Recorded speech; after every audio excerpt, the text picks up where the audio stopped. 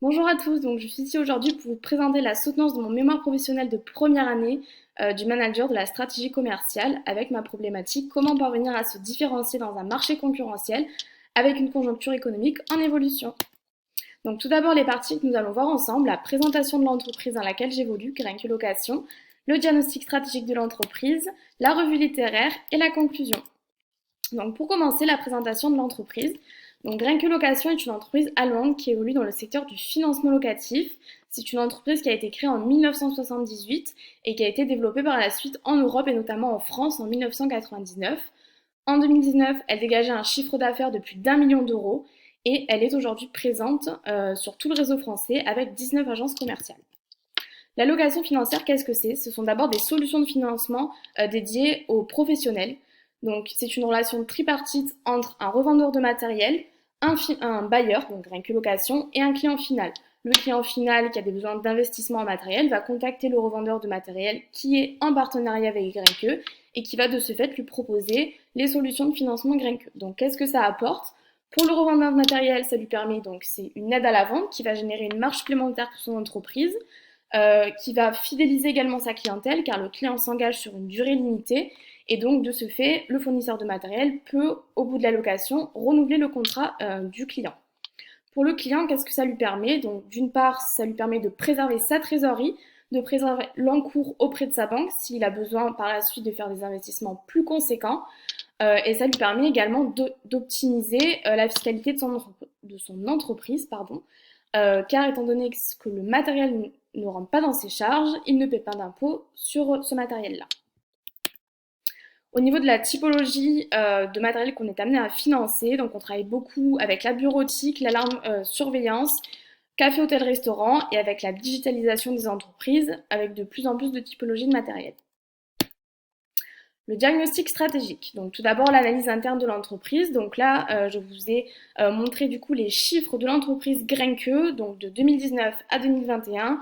On peut voir qu'au niveau du chiffre d'affaires national, on a connu une baisse malheureusement sur 2020 avec la crise du Covid qui est apparue du coup au deuxième trimestre 2020.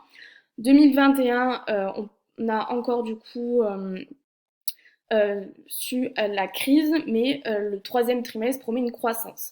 À droite, vous pouvez voir du coup le chiffre d'affaires par trimestre, donc on peut voir qu'on a une activité quand même assez saisonnière. Les chiffres maintenant de l'agence de Montpellier, donc on peut voir qu'ils sont assez représentatifs des chiffres nationaux, avec notamment une baisse en 2020 et une activité en croissance depuis 2012, depuis l'ouverture de l'agence. Donc l'analyse des 4P maintenant, donc on peut voir qu'au niveau des prix, donc nous nos prix sont fixés par les barèmes de financement qui sont attribués aux revendeurs de matériel et qui de ce fait vont calculer le montant financé pour proposer leur loyer à leur client final. Au niveau de la place, donc nos services comme je dis sont commercialisés par les revendeurs de matériel avec qui nous avons des partenariats et également ils peuvent être commercialisés directement par les commerciales Grenke au client final. Au niveau de la promotion, donc par choix stratégique, ça fait partie tout simplement de la politique de l'entreprise. Nous ne faisons pas de publicité de nos solutions de financement, tout simplement car ça nous permet de segmenter notre clientèle et de choisir du coup la typologie de clientèle avec laquelle nous souhaitons travailler.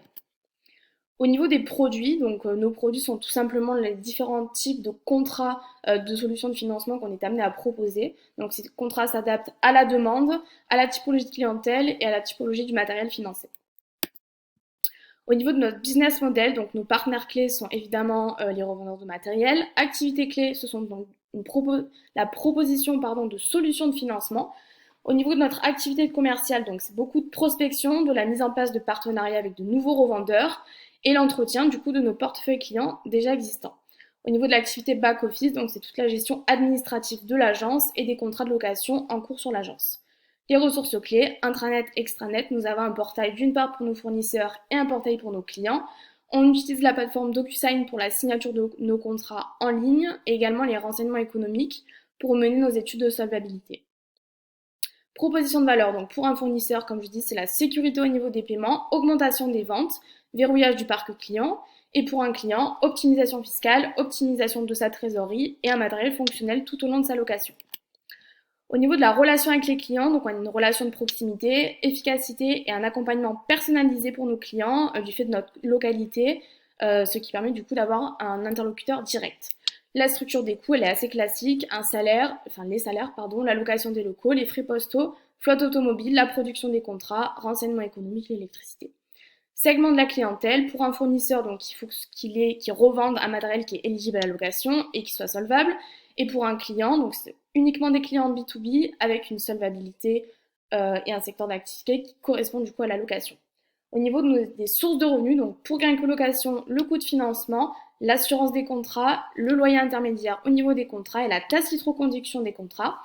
Pour le fournisseur, donc les commissions octroyées du coup lors de mise en place de contrats, le partage des loyers de prolongation et le partage des loyers intermédiaires que l'on peut également l'octroyer dans le cadre de notre partenariat. Au niveau de la matrice BCG, donc elle va nous permettre d'étudier les principaux domaines d'activité stratégique de Grenke. Donc au niveau de nos produits vedettes, il s'agit de nos contrats classiques, ce sont les contrats qui font le plus de volume sur l'ensemble des agences Grenke et c'est les contrats qui s'adressent également à la plus grande typologie de matériel possible. Au niveau de l'accord cadre, donc ce sont des contrats qui s'adressent au client final lorsque celui-ci a des investissements à faire avec plusieurs typologies de matériel différentes. Donc cet accord cadre, on le développe pas beaucoup, c'est pas celui qu'on développe le plus, mais il est tout de même intéressant pour le client final. La vache à lait, le contrat all-in, donc avec la digitalisation des entreprises, le contrat all-in qui comprend l'usage du matériel ainsi que la maintenance est de plus en plus proposé car il répond aux nouveaux modes de consommation. Le poids mort qui est le contrat de cession qu'on ne commercialise plus du tout car il ne correspond plus au mode de consommation et au modèle économique du marché tout simplement. Au niveau de l'analyse SWOT, donc nos forces orientées dans le secteur d'activité qui nous ont permis d'acquérir de nombreuses parts de marché, un système de financement direct, nous n'avons pas d'intermédiaire bancaire, juste des actionnaires et des fonds propres que nous utilisons du coup pour financer nos clients. Une grande flexibilité, un grand réseau d'agences et une proximité dans la relation avec les clients. Au niveau de nos faiblesses, des process informatiques internes qui sont dépassés, qui ne correspondent plus à notre niveau d'activité, et la gestion de l'affaire Viceroy. Au niveau de nos opportunités, la digitalisation des entreprises, le développement à l'international et le développement de nouvelles offres en accord avec le marché. Au niveau des menaces, un secteur fortement concurrentiel, la crise sanitaire du Covid et les accusations Viceroy. Analyse de l'environnement.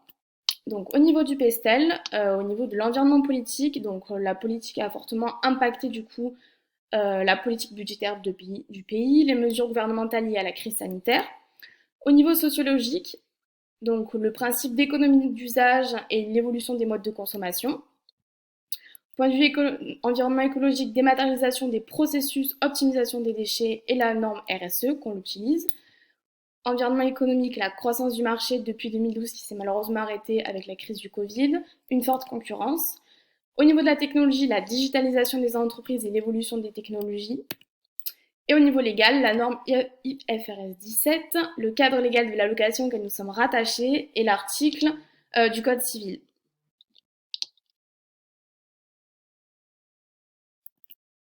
Analyse de la concurrence. Donc l'étude de nos principaux concurrents, donc BNP Paribas, Locam et Corofi, que vous pouvez voir. Les 5 forces de porteurs pour étudier le marché, donc la concurrence intrasectorielle, donc il y a une forte concurrence avec beaucoup d'offres similaires et la différenciation qui se fait par les prix et la qualité de service. Menace des nouveaux entrants, donc ce sont beaucoup les captifs de financement qui sont créés à l'intérieur même des entreprises et les leasers qui se spécialisent sur une typologie de matériel bien précise, ce qui nous enlève des parts de marché. Les produits de substitution, donc on a le crédit bail et la location avec option d'achat. Les pouvoirs de négociation des fournisseurs, donc un rôle important dans l'évolution de l'activité. Les fournisseurs ont la possibilité de négocier en fonction du volume de leur partenariat et du coup du volume d'affaires dégagé. Et les pouvoirs de négociation des clients, ils sont faibles car nous ne discutons pas avec les clients directement mais avec les revendeurs de matériel. La revue littéraire. Donc pour faire ma revue littéraire, j'ai collecté des articles en rapport du coup avec mon sujet et j'en ai donc dégagé une problématique, comment parvenir à se différencier dans un environnement concurrentiel avec une conjoncture économique en évolution. Donc d'une part, on a étudié du coup les phénomènes de société qui tendent à faire évoluer la conjoncture économique. Donc tout d'abord l'économie d'usage, donc c'est la vente de l'usage plutôt que la vente d'un bien, ce que les clients préfèrent dorénavant. La servicisation, Product as a Service. Les clients préfèrent dorénavant utiliser un bien plutôt que l'acheter.